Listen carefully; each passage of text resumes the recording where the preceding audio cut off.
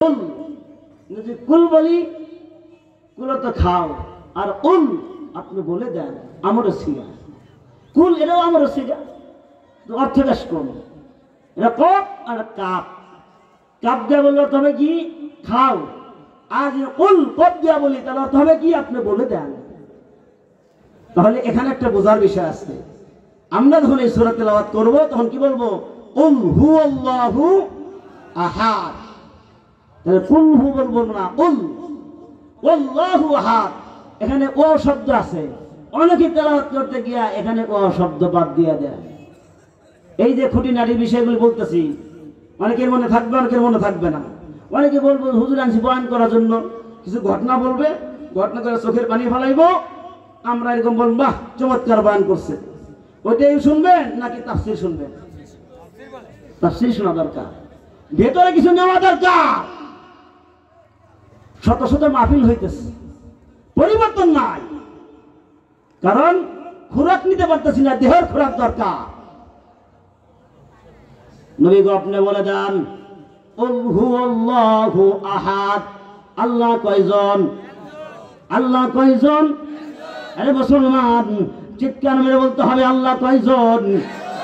পৃথিবীর মানুষ কাফের বেঈমান মুশরিকরা তারা গলা ফাটাইয়া চিৎকার করে, মাইক দিয়া, বিভিন্ন আসবাবপত্র দিয়া, বিভিন্ন যন্ত্র দিয়া তাদের দেবতাকে এরকম ভাবে চিৎকার করে বলতেছে, প্রচার প্রসার করতেছে।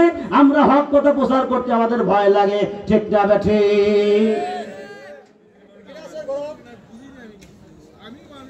সত্য কথা প্রচার করব, কে বাজার হবে, কে খুশি হবে? আল্লাহকে খুশি করতে গিয়া দুনিয়ার মানুষ বেজার হলে কোনো সমস্যা নাই, আল্লাহকে বেজার করতে গিয়া দুনিয়ার মানুষ খুশি করার কোনো প্রয়োজন নাই। খুশি করব কাকে? আল্লাহ। যদি আল্লাহ আমার প্রতি রাজি থাকে তাহলে আর কিছু প্রয়োজন করে না। মালিক আমার প্রয়োজন, মালিক আমার খুশি, তাহলে আর কিছুই প্রয়োজন পড়ে না। বলতেছিলাম কুল হুয়াল্লাহু আহাদ। আল্লাহ কয়জন? একজন। আল্লাহুস সামাদ। নবী গো আপনি বলে দেন আল্লাহ হলো বেনিয়াজ। আল্লাহ কি? বেনিয়াজ, অমুখাপেক্ষী। সামাদের অর্থ হলো যার কাছে মানুষ আসে তার নাম হলো সামাদ। তার নাম কি? সামাদ। তাফসীর কিতাবে লেখে লা শাইআ লাহু জাওফুন, যার পেট নাই তিনি হলেন সামাদ। যার পেট নাই তিনি হলেন সামাদ, যার পেট আছে তিনি সামাদ হইতে পারে না। কেন পেটের কথা বললো? যার পেট আছে তার প্রয়োজন আছে, তার খাবারের প্রয়োজন আছে, তার ঘুমের প্রয়োজন আছে, তার সব কিছু প্রয়োজন আছে। আর যিনি সামাদ তার কিছু প্রয়োজন নাই, তিনি হলেন সামাদ। আল্লাহুস সামাদ। আল্লাহ হলো বেনিয়াস। কুল হুয়াল্লাহু আহাদ। নবীর একজন সাহাবী বেশি বেশি তেলাওয়াত করে। জিবরাইল আমিন বসা, আর রাস্তা দিয়ে হযরত আবু যার গিফারি যায়। জিবরাইল ডাক দেওয়ার নবী গো আপনার সাহাবী ওই যে আবু যার গিফারি যায়, আপনি চিনেননি? আল্লাহর নবী বলেন জিবরাইল আবু যার গিফারি রুমাল পেছায়া এরকম ভাবে চাদর মুড়ি দিয়া রাস্তা দিয়া যায়, আমি কেমনে চিনবো? ও জিবরাইল বলো আমার সাহাবী আবু যার গিফারি রে আমি চিনি না, তুমি কেমনে চিনো? জিবরাইল আইতেন নবী গো আবু যার গিফারি রে শুধু আমরা চিনি না, আকাশে যত ফেরেশতা আছে সমস্ত ফেরেশতা হযরতে আবু যার গিফারি রে চিনে। জোরে বলা যাবে একটু সুবহানাল্লাহ? ওগো নবীজি শুধু আকাশের ফেরেশতা চিনে না, জমিনে যত ফেরেশতা আছে সমস্ত ফেরেশতা আবু যার গিফারি রে চিনে। নবী গো শুধু আকাশের ফেরেশতা চিনে না, শুধু জমিনের ফেরেশতা চিনে না, আমার আল্লাহ রাব্বুল আলামিন আবু যার গিফারি রেও চিনে। এ আবু যার গিফারি এমন কি আমল করো যে আমলের কারণে আমার আল্লাহ চেনে, আকাশের ফেরেশতা চেনে, জমিনের ফেরেশতা চেনে। আবু যার গিফারি বলনি এমন কি আমল তুমি করো? আবু যার গিফারি বলেন নবী গো আমি তেমন কিছু আমল করি না, একটা আমল করি, সেটা হলো কাসরাতুত তেলাওয়াতি যিকরি সূরাতুল ইখলাস। আমি বেশি বেশি সূরা ইখলাস তেলাওয়াত করি। আমার তেমন কোনো আমল নাই। আমি হাটে যাই, সূরা ইখলাস তেলাওয়াত করি। আমি বাজারে যাই, সূরা ইখলাস তেলাওয়াত করি। আমি ঘরে প্রবেশ করি, সূরা ইখলাস তেলাওয়াত করি। আমি বাজারে যেখানে যাই, সূরাতুল ইখলাস বেশি বেশি তেলাওয়াত করি। আল্লাহর নবী বলেন, সাহাবীরা বোঝার বাকি নাই, যেই ব্যক্তি সূরাতুল ইখলাস একবার তেলাওয়াত করবে, আমার আল্লাহ তাআলা ওই বান্দার আমলনামায় 10 পারা কোরআন শরীফ পড়লে যেই সওয়াব, সেই সওয়াব দান করে দিবে। এই বান্দা 2 বার পড়বে, 20 পারা পড়লে যেই সওয়াব, সেই সওয়াব দান করবে।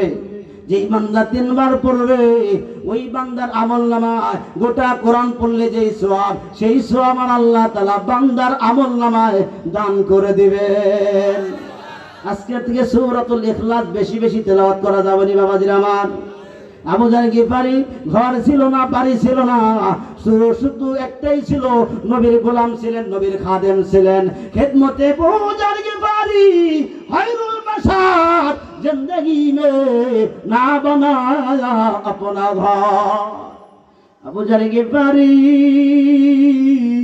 নবীর সাহাবী আবু জার গিফারি এমন একটা আমল করছে, যেই আমলটা লাজিম করে নিছে, সূরাতুল ইখলাস বেশি বেশি তেলাওয়াত করছে।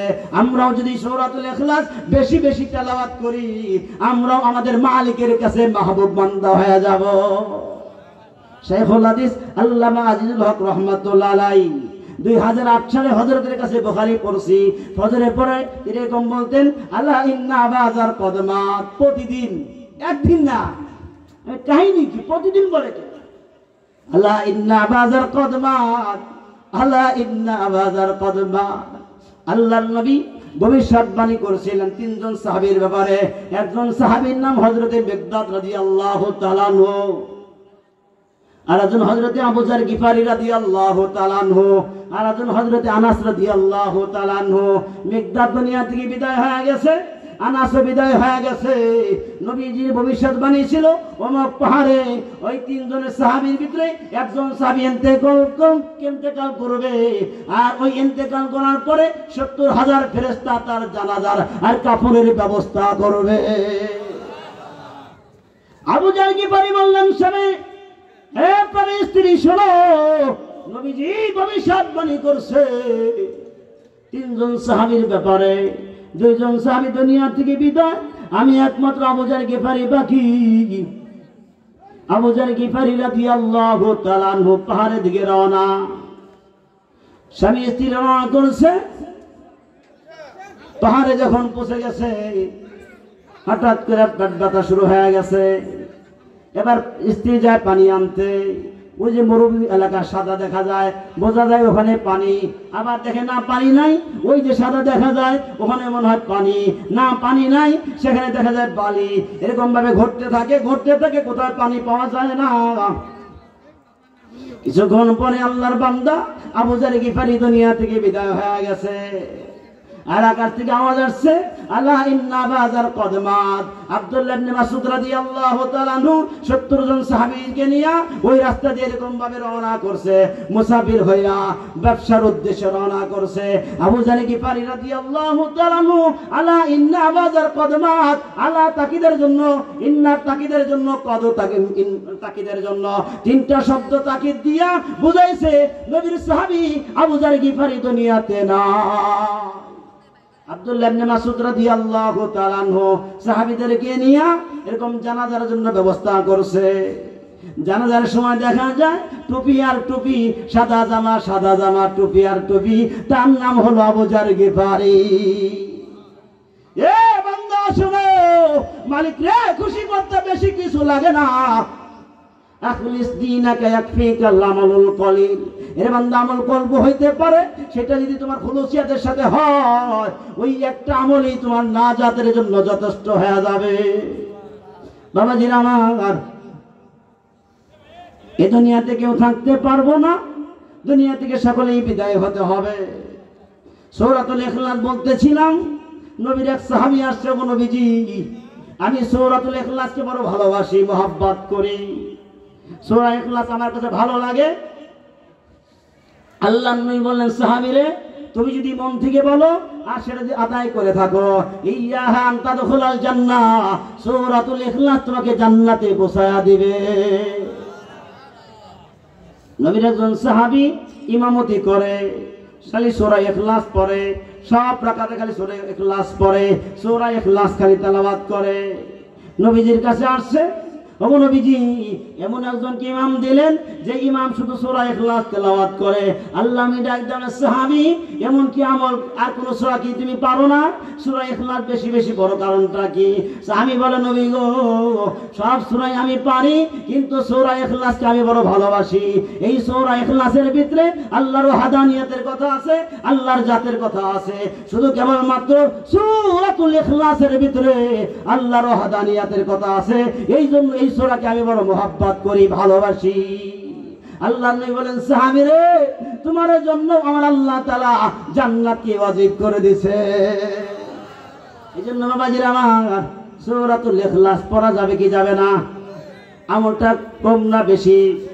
একেবারে আমল ছোট, কিন্তু সওয়াবটা অনেক বড় বেশি। আল্লাহর পাল্লায় বড় দামি, মাবুদের পাল্লায় বড় দামি। এই জন্য সূরাতুল ইখলাস আমরা বেশি বেশি তেলাওয়াত করতে পারি। নবীর সাহাবী আসছে, গো নবীজি, আমি বড় অভাবী, এমন একটা আমলের কথা বলে দেন, এমন একটা ব্যবসার কথা বলে দেন, যে ব্যবসা করে যেন আমি সফল হতে পারি, যেই আমল করে যেন আমি সফল হতে পারি, আমার সন্তানকে খাওয়াইতে পারি, আমার আত্মীয় স্বজনকে খাওয়াইতে পারি, স্ত্রীকে খাওয়াইতে পারি, মাকে খাওয়াইতে পারি, বাবাকে খাওয়াইতে পারি। নবী গো, এমন একটা আমলের কথা আপনি আমাকে বলে দেন। আল্লাহ নবী বলেন, সাহাবী আমল হবে তিনটা আমল যদি বেশি বেশি করো, আমার আল্লাহ তোমার ঘরের ভিতরে অভাব রাখবে না। সংসদ থেকে এরকম ভাবে রান্নাঘর পর্যন্ত অভাব আর অভাব। কারো কষ্টে শুনছেন নি, আমার আর টাকার প্রয়োজন নাই, আমি আর টাকার প্রয়োজন নাই, সবাই বলে অভাব। প্রধানমন্ত্রী বলে অভাব, স্বরাষ্ট্রমন্ত্রী বলে অভাব, সকল মন্ত্রীরা বলে অভাব। ঠিক না বা ঠিক? কার কষ্টে শুনছেন, হুজুর আমার টাকার দরকার নাই, সবাই অভাব দেখায়, সব জায়গায় অভাব দেখায়। সূরাতুল ইখলাস আমল না থাকার কারণে প্রত্যেকের ঘরে অভাব লেগে রয়েছে।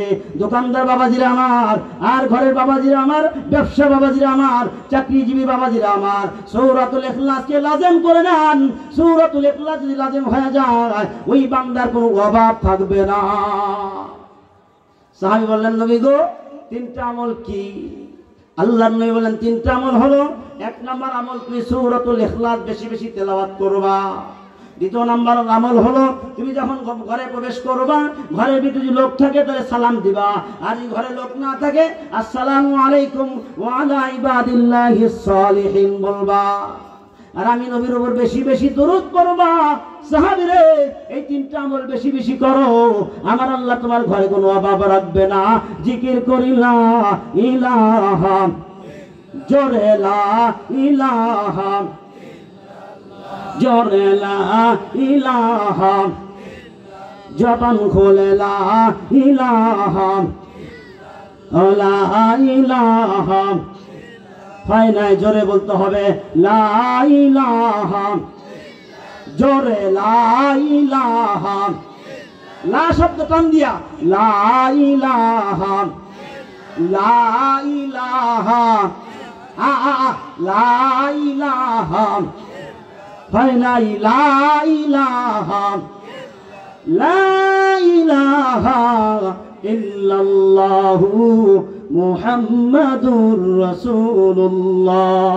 লা ইলাহা ইল্লাল্লাহ, লা ইলাহা ইল্লাল্লাহ, লা ইলাহা ইল্লাল্লাহ। আসিয়া বলে, ও গো স্বামী, তুমি আমার অর্ধাঙ্গিনী, তোমার আমার সৃষ্টিকর্তা, তারে কেন চেনো না? লা ইলাহা ইল্লাল্লাহ, লা ইলাহা ইল্লাল্লাহ, আল্লাহ সারা মাবুদ নাই, রাসূল বিনে গতি নাই। সেই রাসূলকে পাইতে হইলে কামেল গণের দয়া চাই। লা ইলাহা লা ইলাহা ইল্লাল্লাহু মুহাম্মাদুর রাসূলুল্লাহ সাল্লাল্লাহু আলাইহি ওয়াসাল্লাম। আমল কাটার কথা বলছি তিনটা। কি কি আমল? সূরাতুল ইখলাস বেশি বেশি তেলাওয়াত, আর ঘরে ভিতরে গিয়া সালাম। লোক থাকলে সালাম হবে, লোক না থাকলে ফেরেশতাদেরকে সালাম হবে। আসসালামু আলাইকুম ওয়া আলা ইবাদিল্লাহিস সালিহিন। আর নবীর উপর বেশি বেশি দরুদ, নবীর উপর বেশি বেশি দরুদ পড়তে পারবো তো? নবীর উপর বেশি বেশি দরুদ। আহা, আমরা নবীর গালি দেয়, আমরা বসে বসে থাকি, আমার নবীকে ব্যঙ্গচিত্র করে আমরা বসে থাকি। মুসলমানদের নবীরে যারা গালি দিবে, নবীকে যারা ব্যঙ্গচিত্র করবে, এরা মুসলমান হতে পারে না, মুসলমান নামে কলঙ্কার সন্তান। এই নবীকে আল্লাহ সৃষ্টি না করলে কিছুই তৈরি করতেন না। ওই নবীকে যারা গালি দেয় এরা মুসলমান থাকতে পারে না। মান সাব্বা নবী ফাকতুলুহু, মান সাব্বা নবী ফাকতুলুহু। নবীকে যারা গালি দিবে তাদের বিচার হলো তাকে হত্যা করা। তাদের বিচার কি? হত্যা করা। নবীকে যারা গালি দিবে কি করতে হবে? হত্যা করতে হবে। এর ঠাঁই থাকবে না বাংলার জমিনে। মান সাব্বা নবী ফাকতুলুহু। নবীকে যারা গালি দেয় এরা মুসলমানের কলঙ্কার সন্তান। মুসলমান, নামদারি মুসলমান, ফেসবুকে স্ট্যাটাস দেয়, নবী নিয়ে কটক্ষ করে, এরা কি মুসলমান? এ বাবুবাজারের মুসলমান যারা নবীকে নিয়ে ব্যঙ্গচিত্র করবে তারা কি মুসলমানের সন্তান? তারা কি মুসলমানের সন্তান? না না না, তারা মুসলমানের সন্তান হতে পারে না। এই জন্য বাবাজিরা, নবীর ইষ্ট ভালোবাসা মোহাব্বত অন্তরে ঢুকাইতে হবে। এই জন্য নবীর মোহাব্বত আর অন্তরে যদি থাকে তাহলে অবশ্যই আল্লাহ তাআলা বরকত দান করবেন। এই জন্য ছোট্ট একটা দরুদ, দরুদের নাম হলো সাল্লাল্লাহু আলাইহি ওয়াসাল্লাম। সকলেই বলেন সাল্লাল্লাহু আলাইহি ওয়াসাল্লাম। বলেন না সাল্লাল্লাহু আলাইহি ওয়াসাল্লাম। আল্লাহ কোরআন বলেন রাফা'না লাকা যিকরাক। ওগো নবীজি, আমি আল্লাহ তাআলা আপনার সম্মান ইজ্জত বাড়ায়া দিলাম। আপনাকে যারা সম্মান দিবে, আপনাকে যারা ইজ্জত দেবে, আমি আল্লাহ তাআলা তাদেরকে ইজ্জত বাড়ায়া দিব। এজন্য বাবাজিরা আমার, কোরআন আল্লাহ তাআলা বলেন কোন বান্দা যদি নবীর উপরে একবার দরুদ পড়ে, মান সাল্লা আলাইহি ওয়াহিদান সাল্লাল্লাহু আলাইহি আশরা। কোন আল্লাহর বান্দা নবীর উপরে একবার দরুদ পড়বে, বোনাস হিসাবে আমার আল্লাহ তাআলা ওই বান্দার আমলনামায় 10 বার দরুদ আর রহমত আর বরকত পাঠায়া দিবে। নবীর উপর দরুদ পড়লে লাভ না লস? আজকে থেকে আমল হবে সাল্লাল্লাহু আলাইহি ওয়াসাল্লাম।